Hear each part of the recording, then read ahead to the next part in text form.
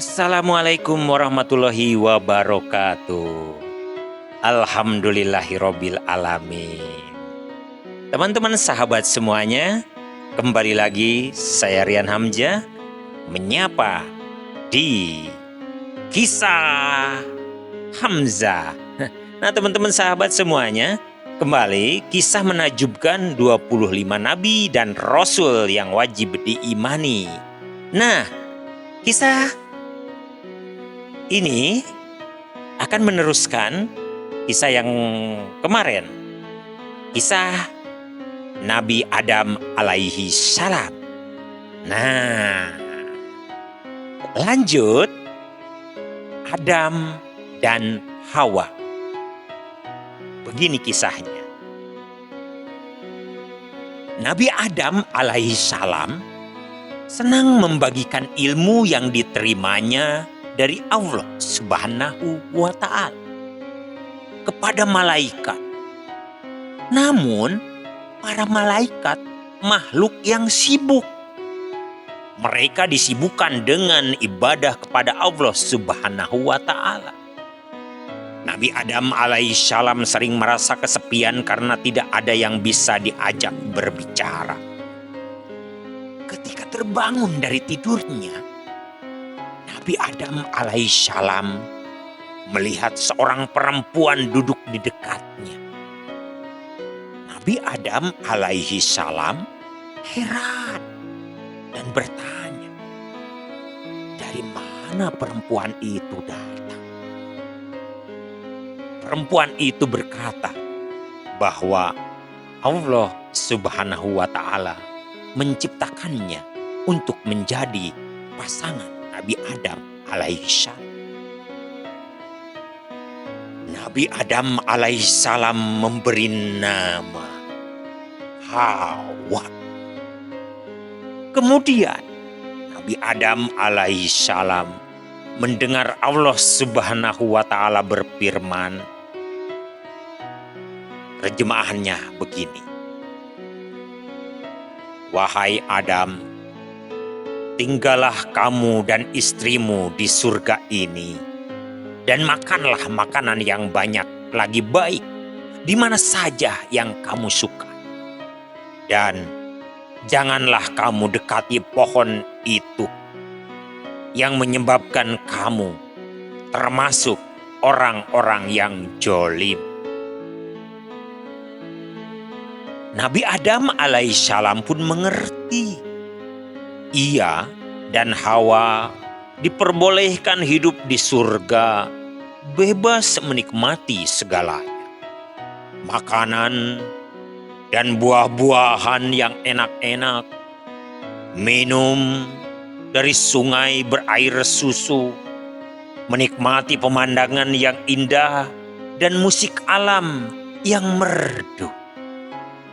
Namun, hanya satu larangan Allah Subhanahu wa Ta'ala. Nabi Adam alaihissalam dan Hawa tidak boleh mendekati sebuah pohon, yaitu pohon terlarang. Sebagai manusia, Nabi Adam alaihissalam diberi hati dan hawa nafsu. Ia sering memperhatikan pohon terlarang itu dan bertanya-tanya dalam hati. Apa sebabnya Allah Subhanahu wa Ta'ala melarangnya mendekati pohon tersebut, apalagi memakan buahnya? Emangnya apa yang bakal terjadi jika ia memakan buah itu? Pertanyaan-pertanyaan itu semakin hari semakin membuat Nabi Adam alaihissalam penasaran. Diam-diam, iblis memperhatikan kegelisahan Nabi Adam alaihissalam. Iblis pun tersenyum senang. Dalam hatinya ia berkata,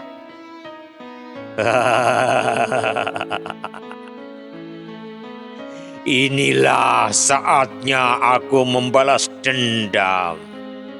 Aku Aku akan menggoda Adam. Tanpa membuang waktu lagi, iblis mendatangi Nabi Adam alaihissalam. Hai Adam, tahu tidak, kamu tidak akan tinggal di surga ini selamanya. Kamu itu tidak abadi. Berbeda dengan malaikat yang abadi dan akan tinggal selamanya di surga. Hasut iblis.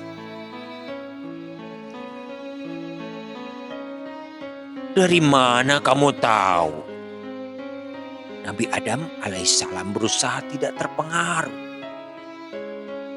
Tentu saja aku tahu. Bukankah aku lebih hebat dari kamu? Tetapi tenang saja. Aku tahu cara supaya kamu bisa abadi selamanya di surga. Balas iblis. Bagaimana?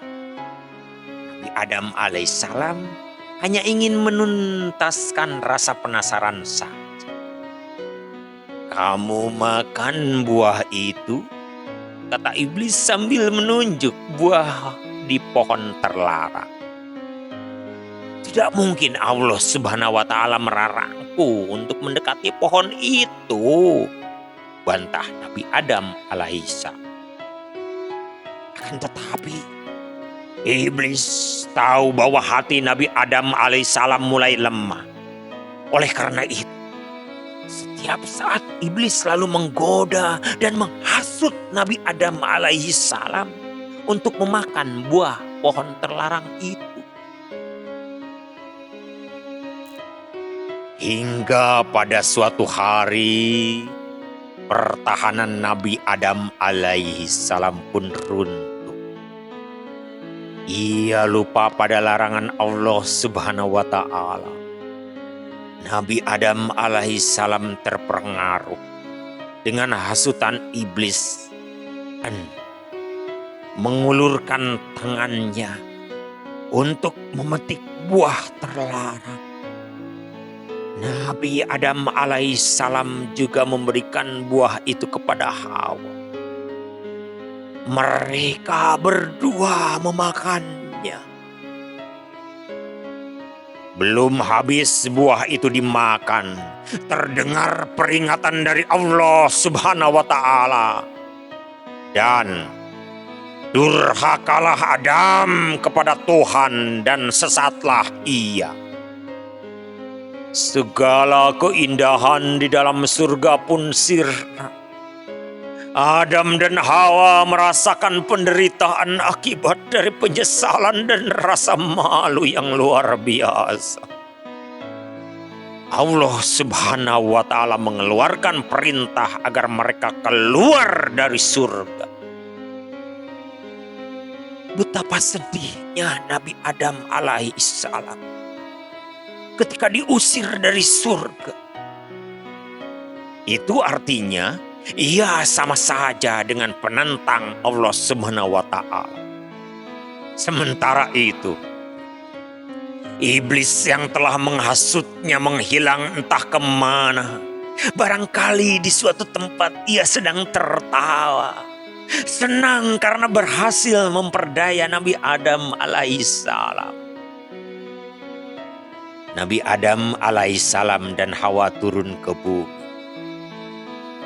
Kesedihan Nabi Adam alaihissalam bertambah karena ia harus berpisah dengan Hawa. Allah Subhanahu wa Ta'ala mentakdirkan tempatnya turun ke bumi berbeda dengan tempat Hawa diturunkan. Mereka terpisah. Nabi Adam alaihissalam bertobat kepada Allah Subhanahu wa Ta'ala. Melihat kesungguhan dalam bertobat, Allah Subhanahu wa Ta'ala pun memberitahu keputusan. Di bumi itu kamu hidup, dan di bumi itu kamu mati, dan di bumi itu pula kamu akan dibangkitkan. Nabi Adam alaihissalam menerima titah Allah Subhanahu wa Ta'ala sebagai jalan tobatnya. Ia harus menjalani kehidupan sebagai manusia melalui perjuangan. Sungguh berbeda dengan kehidupan semasa masih di surga yang segalanya serba tersedia. Akan tetapi melalui kejadian itu, Nabi Adam alaihissalam mendapat pelajaran yang paling penting. Ia menjadi memahami bahwa iblis adalah musuhnya. Iblis adalah penyebab ia kehilangan nikmat dari Allah Subhanahu wa Ta'ala dan penyebab kehancuran.